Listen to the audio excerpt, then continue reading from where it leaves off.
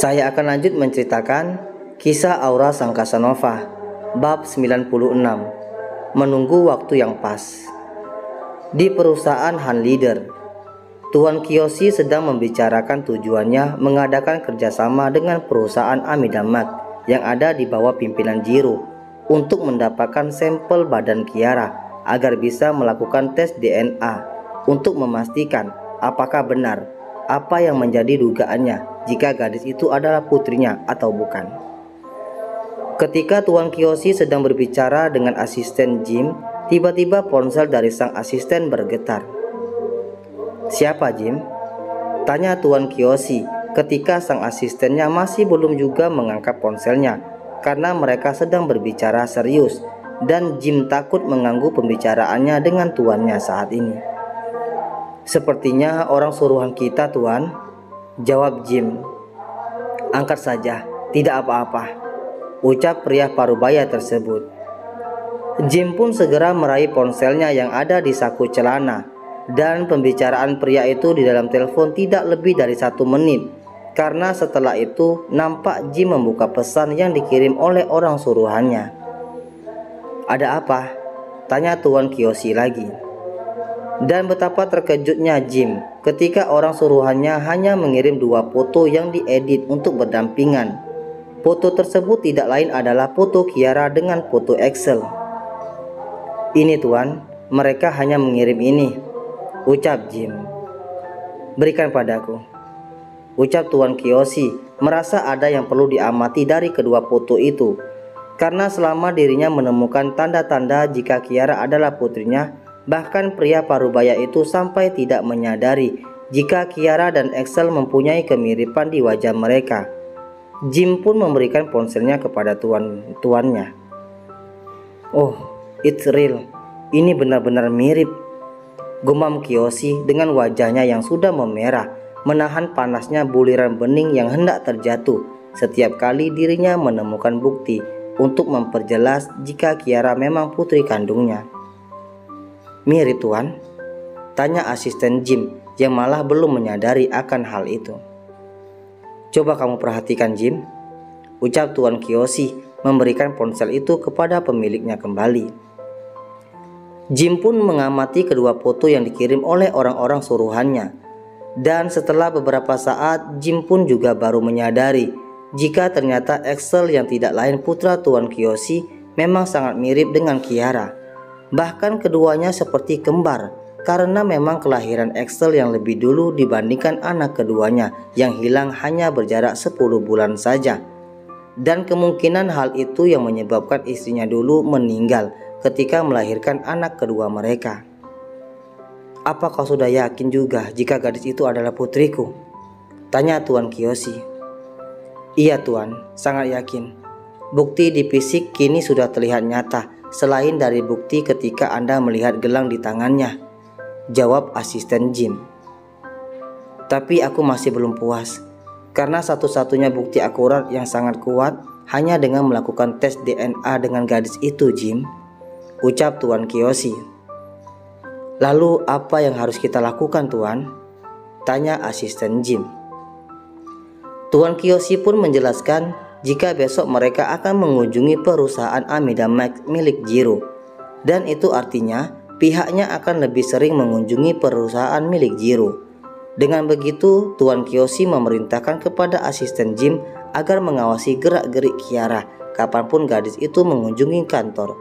Dan ketika itu terjadi, maka Jim harus beraksi dengan menyuruh orang-orangnya mengambil sampel bagian badannya, walau itu sekedar rambut saja.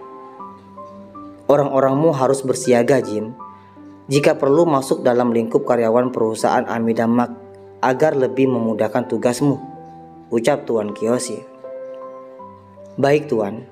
Ketika gadis itu berkunjung ke kantor itu, maka kita akan segera beraksi," jawab asisten Jim. "Saat ini kita hanya bisa menunggu kapan gadis itu mengunjungi kantor ayahnya," ucap Tuan Kiyoshi. Sementara di tempat lain saat ini, Jiro yang sudah menunggu selama kurang lebih 1 jam, kini tibalah waktu yang tepat untuk pulang ke mansion. Asisten Max mengantarkan tuannya sampai ke mansion, Setelah itu membawa mobil tersebut ke apartemennya. Dengan langkah semangatnya, Jiro langsung masuk ke dalam mansion. Seperti yang sudah diprediksikan sebelumnya bahwa jam saat ini kondisi mansion terlihat sunyi. Semua penghuninya pun sudah mulai terlelap dalam tidurnya, kecuali satu orang saja, yaitu Kiara. Ya, gadis itu masih berjaga untuk belajar, mempersiapkan jadwal ujian sekolah yang masih belum selesai. Suara langkah kaki yang ditimbulkan oleh sepatu Jiro pun terdengar lirih. Jiro lalu menaiki anak tangga berjalan menuju kamarnya. Namun ketika berada tepat di depan pintu kamar Kiara, Jiro terhenti, tersenyum sembari melihat pintu tersebut. "Tunggu aku, baby," gumam Jiro dengan sangat lirih. Kemudian Jiro melanjutkan jalannya menuju ke kamarnya dan masuk, melepas semua atributnya, lalu masuk ke dalam kamar mandi untuk menyegarkan badannya dengan membersihkannya di dalam bathtub. Tidak lupa Jiro juga memberi aroma wangi khasnya di dalam bathtub, tempatnya berendam, agar Kiara merasakan nyaman ketika berada di dekatnya dan ketika berada dalam pelukannya. "Kau akan menyukai bau badanku, baby," gumam Jiro, persis seorang gadis yang sedang mabuk cinta dengan seseorang, ingin memberikan yang terbaik untuk orang yang dicintainya. Setelah selesai mandi, Jiro mengeringkan badannya pakai handuk, membalut badannya dengan hanya memakai boxer pendek dan tipis dan kaos oblong seperti yang seringkali dia pakai ketika malam menemui Kiara. Tidak lupa, Jiro juga merapikan rambutnya, mencukur jenggot dan kumisnya agar lebih rapi dan terlihat tampan. "Bukankah aku tampan, baby? Aku mempersiapkan semua ini untukmu, sayang, untuk membuktikan jika aku masih sangat pantas bersanding denganmu walau jarak umur kita sangat jauh," gumam Jiro lagi. Jiro dengan perlahan membuka pintu kamarnya untuk keluar menuju ke kamar Kiara. Namun malangnya, saat ini Kiara malah mengunci pintu kamarnya, sehingga Jiro tidak bisa leluasa untuk seperti biasanya. "Oh Kiara, senang sekali mengajakku bermain-main," lirih Jiro malah menanggapi tingkah Kiara dengan senyuman. Tapi karena mansion ini milik Jiro, maka tidak sulit baginya untuk mendapatkan kunci cadangan. Jiro kembali ke kamarnya, mencari kunci cadangan kamar Kiara yang sudah dia persiapkan sebelumnya untuk menghadapi tingkah Kiara yang sangat suka sekali bermain-main dengannya. Ceklek. Suara pelan dari kunci pintu terdengar. Jiro tersenyum kembali, lalu mendorong pintu agar terbuka. Tapi tiba-tiba saja pintu tidak kunjung terbuka, seperti ada yang menahannya dari dalam. Hingga akhirnya Jiro menambahi lagi kekuatannya agar bisa mendorong pintu itu. Dan betapa terkejutnya Jiro ketika melihat Kiara sedang menghalangi pintu kamarnya terbuka. Iya, Kiara belum tidur. "Kiara, apa yang kau lakukan? Buka pintunya dan biarkan aku masuk," lirih Jiro. "Tidak mau. Malam ini kau tidak diperbolehkan masuk ke kamarku dan tidak diperbolehkan menyentuhku. Jatahmu untuk malam ini tidak diberikan," ucap Kiara dengan kata-kata lirih juga. "Oh baby, aku semangat pulang karena ingin berjumpa denganmu Kiara. Ayo izinkan aku masuk," ucap Jiro. "Tidak," sahut Kiara dengan tegas. "Tapi kenapa kau menjadi seperti ini Kiara? Bukankah kesepakatan sudah kita buat?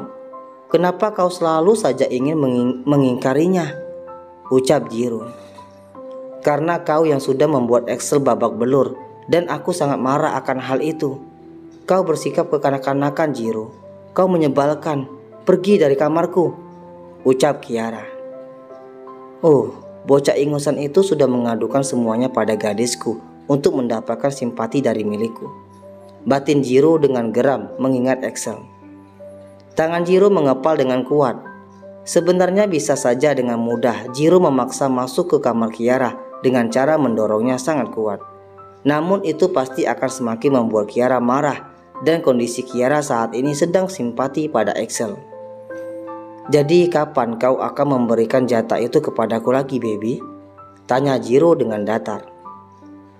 "1 minggu lagi mungkin," jawab Kiara dengan enteng, tanpa memikirkan jika ketika mendengar perkataannya, Jiro bahkan sangat shock dan nyaris limbrung jika Jiro tidak ingat kalau dirinya bisa melakukan apapun di mansion miliknya sendiri, tidak kecuali kepada Kiara.